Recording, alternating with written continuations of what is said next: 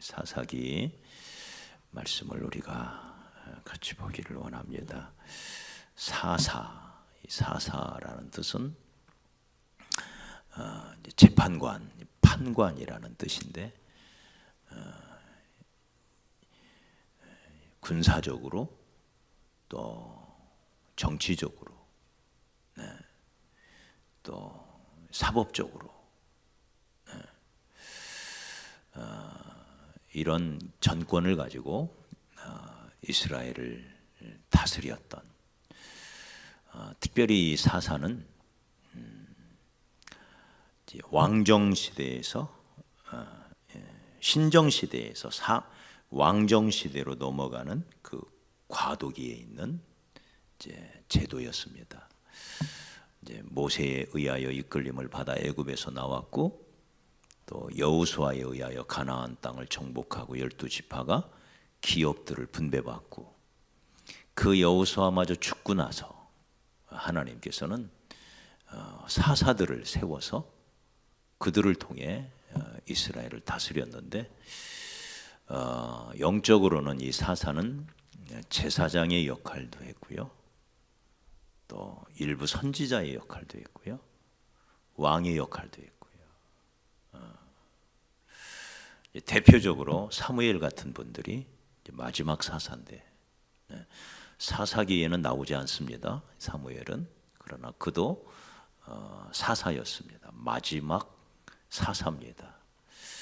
그런 제사장의 역할, 또 선지자의 역할, 왕의 역할, 이걸 동시에 수행했던 분들이 바로 사사였습니다. 사사기의 주제성구 하나 찾아볼까요? 2장 잠깐 넘어가 봐요. 사사기 주제성구 2장 10절이죠. 10절. 우리 이 말씀은 우리가 2장에 가서 자세히 다뤄보기로 하고 어떻든 주제성구 하나 우리가 한번 살펴봅시다. 시작. 그 세대의 사람도 다 그 조상들에게로 돌아갔고 그 후에 일어난 다른 세대는 여호와를 알지 못하며 여호와께서 이스라엘을 위하여 행하신 일도 알지 못하였더라. 이게 사사기의 비극입니다. 여호수아와 함께 했던 세대들이 1세대죠. 다 죽고 다음 세대가 일어났는데 그들은 하나님을 알지 못했다. 이 다음 세대를 다음 세대라 표현하지 않고 성경은 다른 세대라. 전혀 다른 세대가 와버린 거예요. 하나님을 모르는 세대가. 그 결과 사사기의 비극이 시작이 되는 걸 보게 됩니다. 사사기는 비극의 내용들이 많이 기록되어 있습니다. 비극적인 내용들이. 그 이유는 철저히 그들이 하나님을 멀리했을 때 하나님의 심판, 징계, 진노로 말미암아 그들이 그 고통 속에 들어가는 걸 이제 보게 되는 거죠. 여러분, 하나님을 가까이 하는 자에게 하나님은 예나 지금이나 복 주심을 믿으시기 바랍니다. 할렐루야. 하나님을 멀리하면 어떻게 될까요? 하나님은 만복의 근원이 되세요. 당연히 하나님을 멀리하면 복으로부터 멀어지는 거예요. 믿습니까? 영에 속한 복, 육에 속한 복, 하늘에 속한 복, 땅에 속한 복, 모든 복. 그래서 하나님은 이렇게 말하죠. 모든 좋은 것이 위로부터 빛들의 아버지께로서 내려온다. 좋은 것은 하나님만 주실 수가 있습니다. 마귀는 세상은 우리에게 좋은 것 주지 못합니다. 누구에게 주시느냐? 하나님을 가까이 하는 자에게. 여호수아와 그 1세대가 죽고 나서 전혀 다른 세대가 일어났어요. 하나님을 모르는. 그래서 사사기 사사시대는 약 350년입니다. 약 350년. 그 기간 동안 엄청난 고통, 많은 하나님의 진노의 심판 속에 이스라엘이, 이상하죠? 젖과 꿀이 흐르는 땅인데 하나님이 주심하고 약속했던 그 놀라운 복지인데, 가나안 복지인데 거기서 태평성대를 누려야 할 거 아니에요? 그죠? 근데 그게 오래 못 가요. 네. 그런 내용들은 우리가 사사기를 쭉 우리가 강의를 하면서 이제 살펴보기를 원합니다. 사사기의 저자는 오늘 첫 시간이니까 잠깐 서론으로 말씀드리는 거예요. 저자는 알 수가 없습니다. 누가 기록했는지. 다만 아마 사무엘이 기록하지 않았을까 그렇게 추정을 할 뿐이지 누군지는 정확하게 알 수가 없습니다. 본서 그 어느 곳에도 저자에 대한 힌트를 찾아보기가 쉽지 않습니다. 이 사사기에는 몇 명의 사사가 나올까요? 12명이 나와요. 12명. 네. 그 12명의 사사를 편의상 두 개로 구분을 하죠. 네. 이제 학자들은 그렇게 구분하는 걸 별로 좋아하지 않는데 그러나 이렇게 둘로 딱 구분하면 좀 더 쉽게 사사기를 이해할 수가 있는 것도 사실입니다. 대사사 6명, 소사사 6명. 네. 이제 사사기에는 순환 사이클이 나와요. 이제 이 순환 주기가 나와요. 범죄하고 하나님의 심판이 임하고 심판 속에서 그들이 하나님께 부르짖으니까 하나님이 구원자 사사를 보내어서 구원하고 그래서 평화의 시대가 오고 평화로운 시대가 오니까 조금 있다가 또 타락하여 우상에게 가고 그랬더니 하나님의 진노의 심판이 임하고 그래서 죽겠다고 하나님께 부르짖으니까 또 하나님이 구원하시고 사사를 보내요. 그 태평성대가 오니까 또 우상에게 가고 이런 끊임없는 순환 주기가 계속해서 반복이 됩니다. 사사기의 사이클이죠, 사이클. 근데 이제 잘 보십시오. 이 사이클인데 이 사이클이 제자리에서 돌아가는 게 아니에요. 이 사이클이 돌아가면서 밑으로 점점 내려가요. 더 심해진다는 얘기죠. 네. 그래서 하나님을 섬기던 이스라엘이 점점 돌아가면서 타락해 가요. 이런 순환 사이클을 볼 수가 있는데 대사사는 이런 순환 사이클이 분명하게 이렇게 기록이 돼요. 그러다 보니까 대사사들의 이야기는 길어요. 대사사라고 해서 이분들이 더 훌륭했다는 의미는 절대 아니에요. 네. 그들에 대한 기록의 분량이 좀 길다 그런 뜻이에요. 소사사사는 그럼 뭘까요? 이런 순환 사이클이 보이질 않아요. 그러다 보니 그들에 대한 기록은 매우 짧아요. 그래서 소사사라. 우리가 대선지서, 소선지서를 구분할 때 뭘로 구분한다 그랬어요? 책의 분량에 의하여. 대선지서라고 무슨 위대한 더 크게 쓰임 받은 더 위대한 선지자 절대 그런 의미가 아닙니다. 아시겠죠? 네. 그들에 대한 분량이 길다 이 말이에요. 길다. 그래서 그게 대선지서고 소선지서는 분량이 짧아요. 책의 분량이. 책의 양에 의한 구분이다. 대사사와 소사사도 마찬가지입니다. 대사사라고 더 귀하게 더 위대하게 쓰임 받았다 그런 의미는 아닌 것입니다. 그래서 이를테면 우리가 잘 아는 기드온이나 또 드보라 여선지 드보라나 또 가장 유명한 분이 누구죠? 삼손이죠. 삼손. 네, 삼손 같은 이런 분들은 이야기가 길어요. 그리고 이 순환 사이클이 명확하게 보여져요. 그들의 이야기 속에서. 그러나 소사사들은 그런 사이클이 안 보여요. 그리고 분량이 매우 짧아요. 그래서 대사사 6명, 소사사 어떤 사사는 한 줄밖에 안 돼요. 한 줄. 기록이 한 줄, 딱 한 줄. 그런 분들은 소사사라 그렇게 불리우고 있습니다. 이 사사기에서 배우는 가장 중요한 교훈은 이런 거예요. 고통 가운데 있을 때 하나님의 징계와 심판 속에서도 하나님 앞에 겸비해져서 간절히 하나님 앞에 간구하면, 하나님께 돌아와 하나님을 의지하면 하나님은 어떤 상황 속에서도 우리를 다시 회복시켜 주신다. 믿습니까? 가장 중요한 교훈이에요. 어떤 상황 속에서도 하나님의 진노 중에라도 긍휼을 잃지 마옵소서. 네.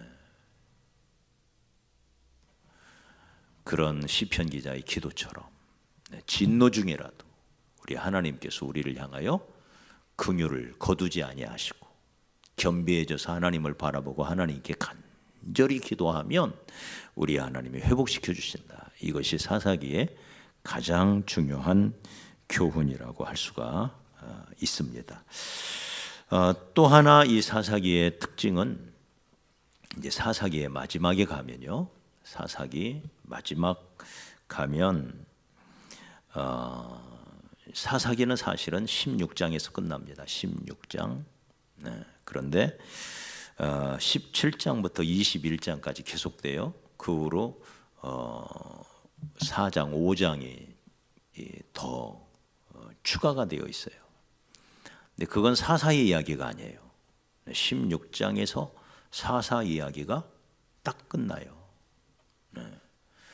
그런데 17장부터 21장까지 사사 시대에 있었던 어떤 사건들을 이렇게 기록을 하는데 그게 두 가지예요. 네. 첫째는 미가의 사건, 또 하나는 기브아 사람들의 이야기. 이렇게 이제 두 가지가 나와요. 그래서 이것을 사사기의 부록 이렇게 불립니다. 부록. 사사기의 부록. 근데 또 하나 사사기 다음이 무슨 책이죠?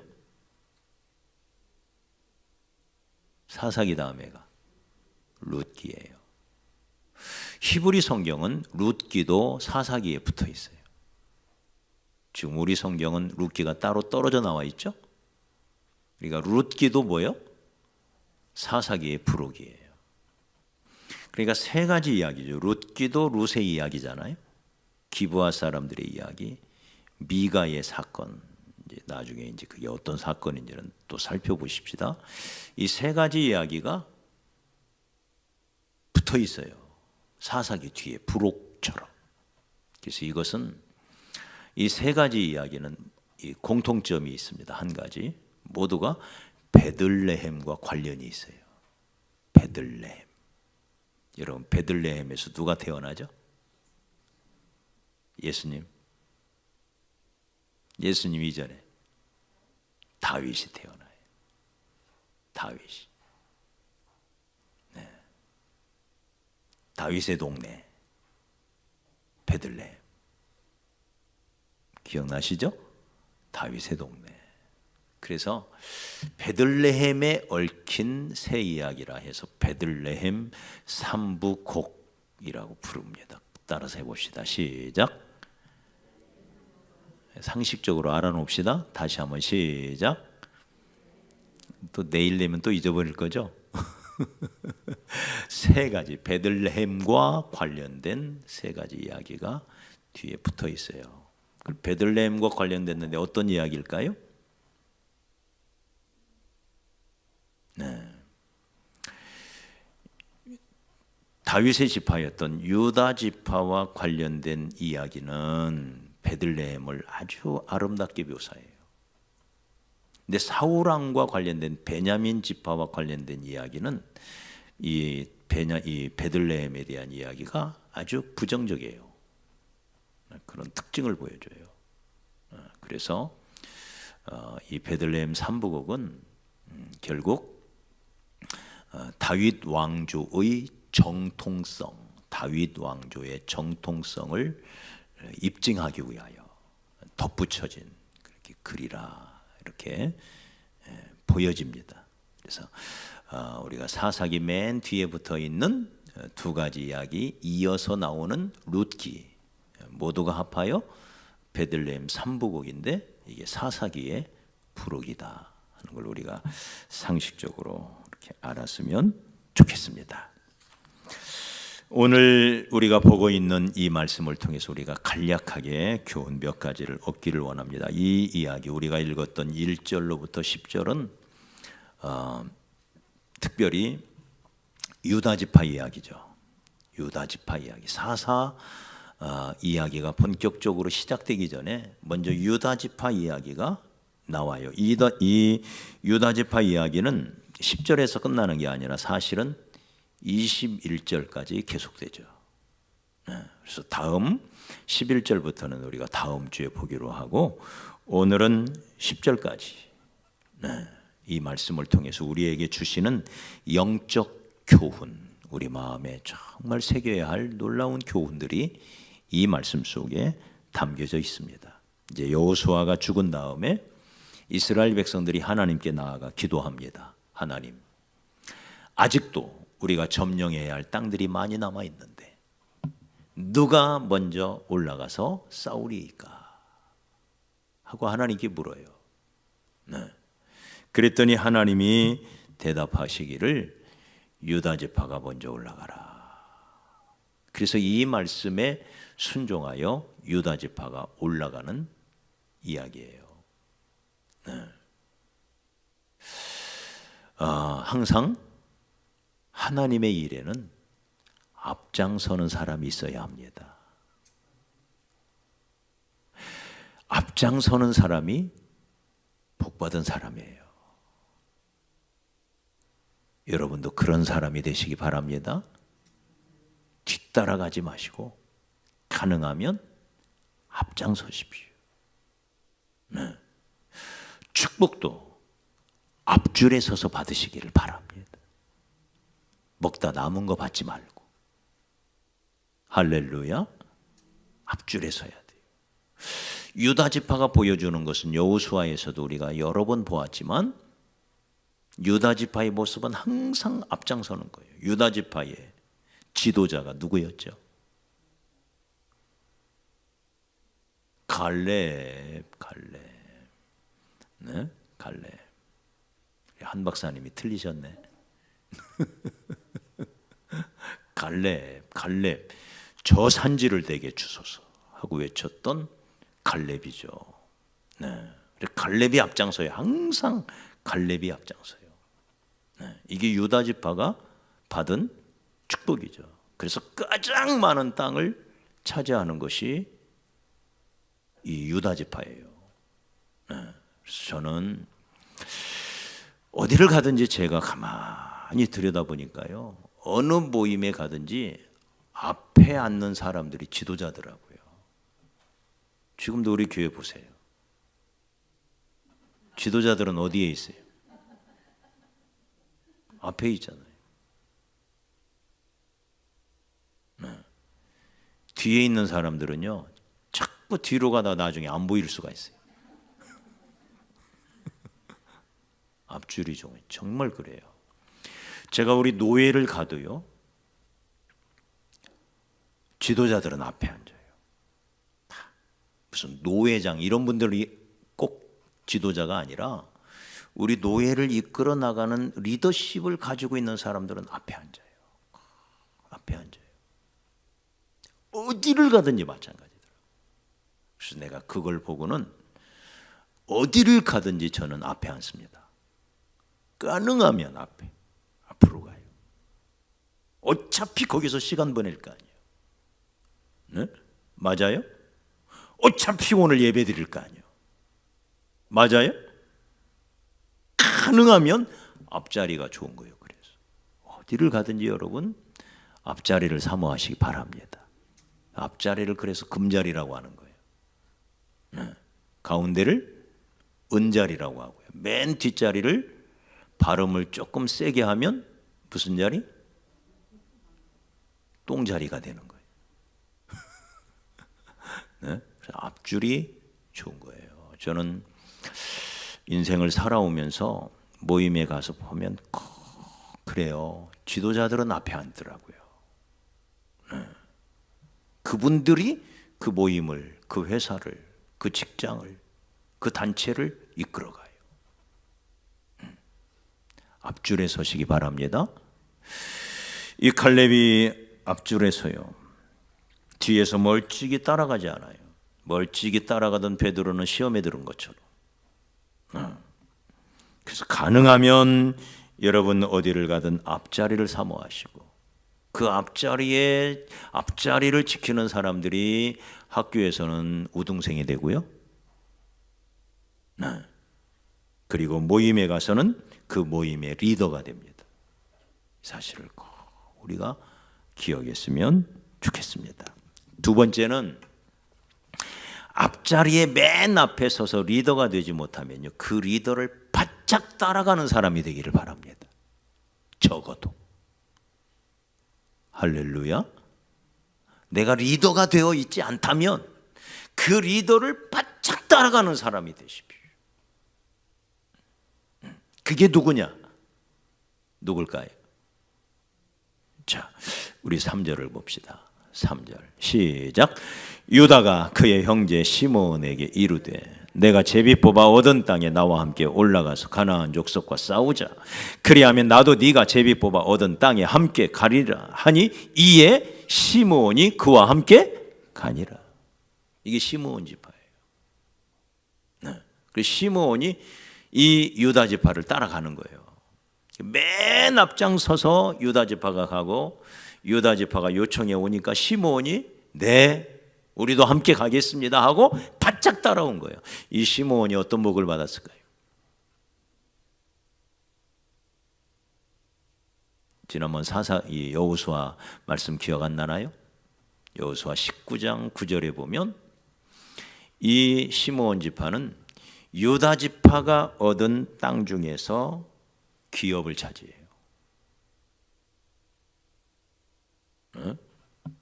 따라가기 정말 잘했죠? 정말 잘했죠? 유다 지파 따라갔다가 그 좋은 땅 같이 차지하는 그 축복을. 여호수아 19장 9절이죠. 시므온 자손의 이 기업은 유다 자손의 기업 중에서 취하였으니 이는 유다 자손의 분깃이 자기들에게 너무 많으므로 시므온 자손이 자기의 기업을 그들의 기업 중에서 받음이었더라. 우리는 이 말씀을 그냥 넘어왔지만 사실은 알고 보니 시므온이 거저 얻은 게 아니더라고요. 이해가 되시죠? 유다 지파가 앞장서니 그들이 적극 따라간 결과 이 기업을 얻은 거예요.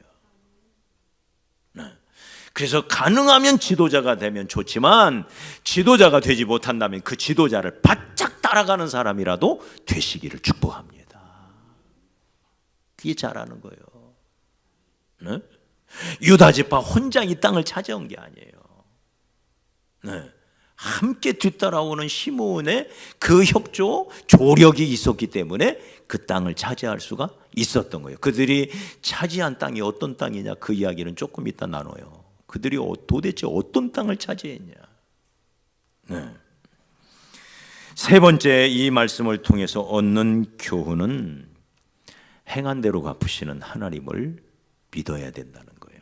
자, 가서 가나안 족속과 브리스 족속을 쫓아냈습니다.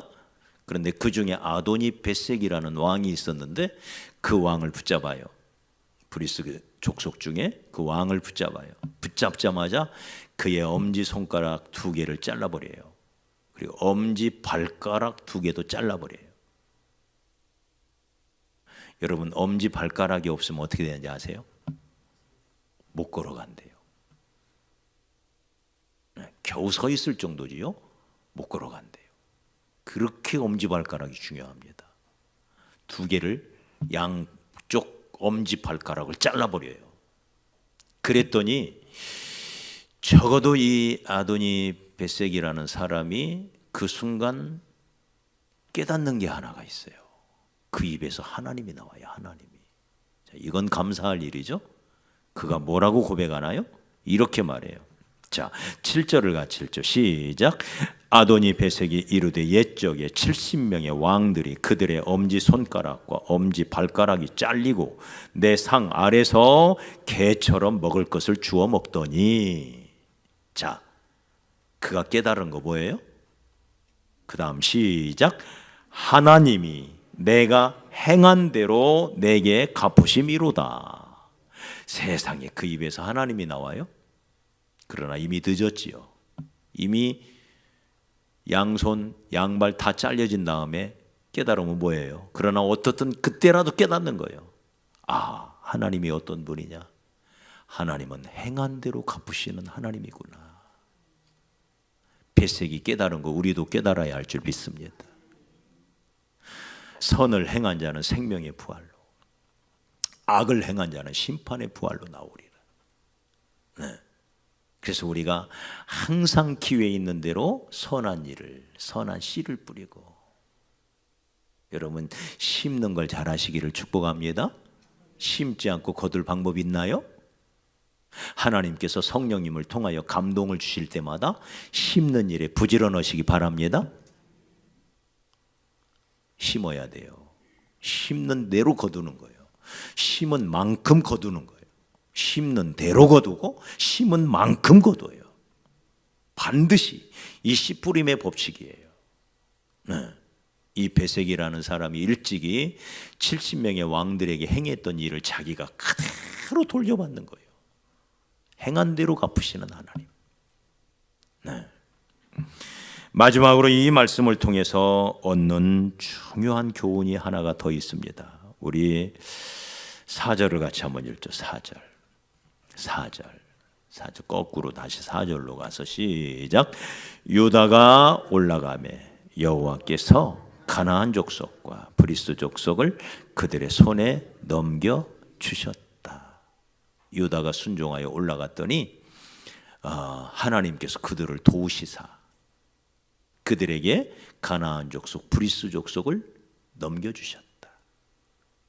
네. 그래서 두 개의 족속을 물리칠 뿐만 아니라 물리친 결과 땅을 차지하는데 어떤 땅을 차지할까요? 우리 10절을 한번 봐봐요. 10절 거꾸로 10절 먼저 10절부터 봐요. 시작. 유다가 또 가서 헤브론에 거주하는 가나안 족속을 쳐서 세세와 아이만과 달메를 죽였더라. 헤브론의 본 이름은 기럇 아르바. 기억나시나요? 아르바는 누구죠? 아르바는 누구예요? 아르바. 나중에 여러분이 찾아보세요. 아르바는 기골이 장대한 네피림의 후손이죠. 장부라고 나오죠. 장부 중에 가장 키가 큰 사람이었다 그랬어요. 이게 아르바예요. 장대한 민족을 유다가 물리치고 이 갈렙 후손 유다가 물리치고 차지한 땅이 어디? 헤브론. 이스라엘의 2대 성지 헤브론. 아브라함과 그의 아내 사라와 그의 아들 이삭과 열조의 묘실이 있는 땅. 하나님이 주심하고 약속했던 가나안 땅 중에 제일 먼저 사들였던 가나안 땅의 씨앗과 같은 이게 헤브론이에요. 나중에 다윗이 이 헤브론에서 7년 동안 이스라엘을 다스리죠. 이렇게 귀한 땅이에요. 이 땅을, 이 헤브론을 누가 차지해요? 유다 지파. 그것만일까요? 우리 이제 8절을 보십시다. 8절 거꾸로 8절. 자, 시작. 유다 자손이 예루살렘을 쳐서 점령하여 칼날로 치고 그 성을 어디를 차지해요? 예루살렘이 나와요. 네. 나중에 이 예루살렘을 시온성이라 하고 무슨 성이라 하죠? 또 다윗성이라 불러요. 다윗성. 네. 유다 지파였던 다윗이 이제 예루살렘에서 33년을 다스리면서 그때 이스라엘 모든 백성들은 그때부터 이 예루살렘을 무슨 성이라 불렀나고요? 다윗성이라 이렇게 불러요. 그래서 예루살렘을 누가 차지해요? 유다 지파가 차지해요. 놀라운 축복이죠.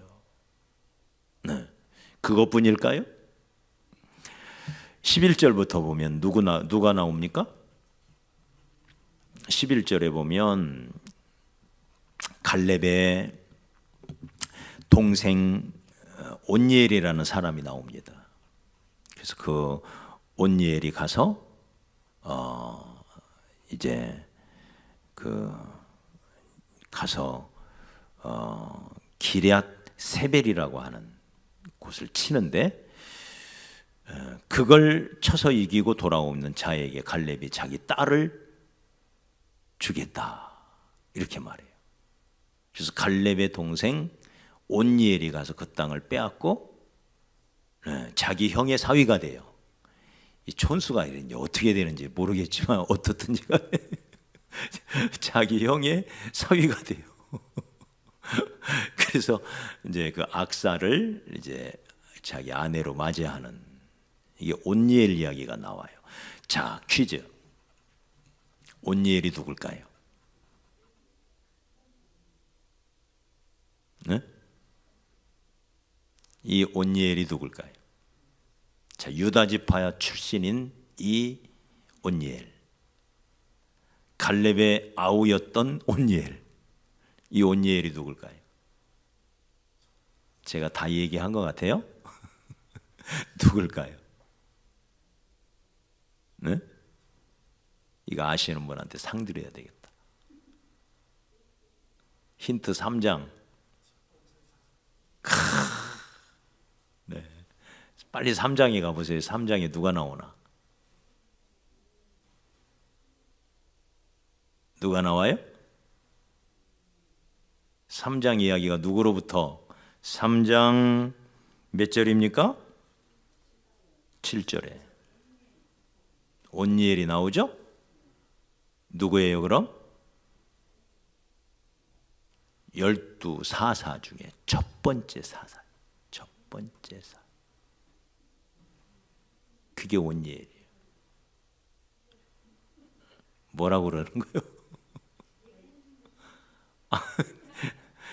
뒤에 앉으면 소용없어요. 그러니까 안 들리는 걸 보세요.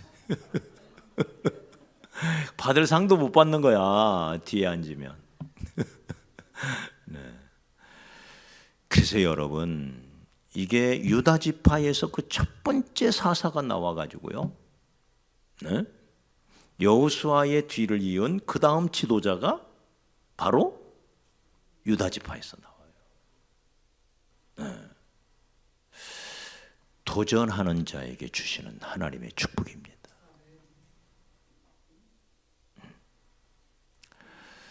천국은 침노하는 자의 것이라 그랬어요.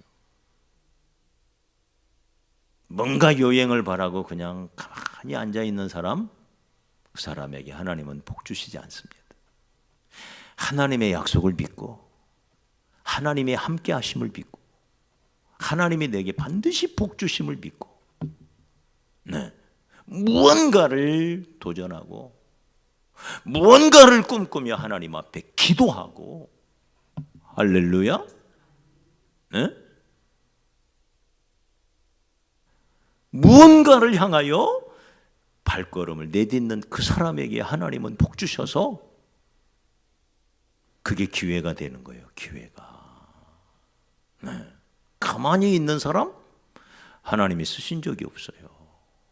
하나도 정말 복을 받으려면 가서 이를테면 무슨 네? 여러분이 좋아하는 무슨 뭐 똥꿈을 꿨다, 뭐 돼지 꿈을 꿨다 그러면 하다못해 로또라도 가서 긁어야 이게 뭔가 이게 길이 열리지. 물론 저는 아직도 한 번도 로또를 사본 적이 없어요. 저 같은 바보 같은 사람도 있지만 안 사니까 안 사지더라고요. 여러분 가끔 사시나요? 자주 사요? 한 번도 아직 사본 적이 없어요. 한 번도 긁어본 적이 없어요. 신권사님 나랑 똑같구만. 그리고 어떤은 안 사도 바보고 사도 바보래요. 뭐라도 하나님 앞에 시도해야 된다는 거예요. 따라합시다. 천국은 침노하는 자의 것이다. 침노가 뭐예요? 칼 들고 도전한다 이 말이에요. 그런 사람에게 천국이 열리는 것이지, 가만히 있는 사람에게 하나님은 복 주시는 일이 그런 경우가 없다는 거예요. 네.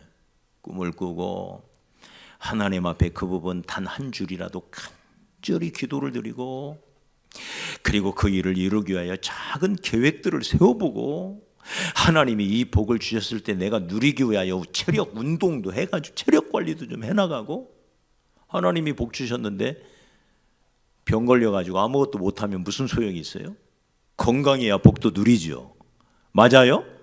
틀림없이 복 주실 거라면 여러분 건강관리도 해야 되는 거 아니에요? 그때부터 해요? 네? 그래서 그런 축복을 바라본다면 책이라도 펴서 읽고, 작은 것이라도 내가 할 수 있는 거 도전하면 하나님이 거기에 복 주셔서 내가 내디딘 그 발걸음이, 그 한 걸음의 발걸음이 나중에 천리를 가는 거예요. 천국은 침노하는 자의 것이다. 네. 하나님의 약속을 믿고 끊임없이 시도하고 도전하고, 그런 유다 지파에게 하나님이 길을 여셔서 이런 놀라운 복을 주신 거예요. 네. 헤브론을 차지하고 예루살렘을 차지하고, 그 지파에서 이스라엘의 지도자가 나오고 첫 번째 사사가 나오고, 네? 그 이전에 가나안 족속, 브리스 족속 쫓아내고, 그들 가운데 기리앗 아르바, 헤브론의 옛 이름은 기리앗 아르바라. 아르바는 장부 족속 중에 가장 키가 큰 자였다. 네? 그들을 쫓아냈다는 거예요.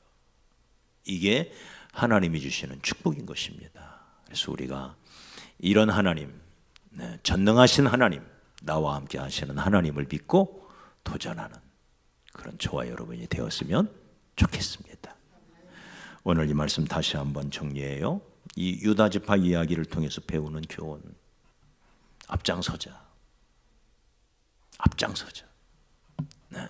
앞줄에 서서, 네, 앞에 앉는 사람이 지도자가 돼요. 앞장서서 나아가는 하나님의 일은 여러분 자원해서 앞장서서 가는, 여러분 하나님의 일을 힘들다고 할 게 아니잖아요. 네? 복 받는 일인데, 네? 누가 하루 일당 50만 원 준다고 그러면 네? 새벽부터 일어나 가지고 정신없이 가지 않겠어요? 맞아요? 50만 원 가지고는 안 움직여요? 네? 여러분 하나님의 일은 그래서 믿음으로 하는 거예요. 어떤 믿음? 하나님은 천배 만배로 갚아주신다는 이 믿음, 상받는 믿음, 이 믿음이 있으니까 주의 일에 매진해 가는 겁니다. 네. 앞장서자. 두 번째는 앞장서지 못한다면 앞장서는 사람 바로 뒤따라서 가자. 시므온 지파예요. 시므온이 복받은 이유예요. 세 번째는 행한 대로 갚으시는 하나님. 네, 내가 선을 행하면 하나님께서 선을 행한 만큼 하나님이 나에게 선으로 갚아주실 거예요. 마지막으로 천국은 침노하는 자의 것이다. 도전했을 때 유다 지파가 앞장서서 나갔을 때 이런 놀라운 축복을 하나님이 주신 것처럼 우리도 그 하나님을 믿고 나아가는 그런 저와 여러분이 되기를 소원합니다.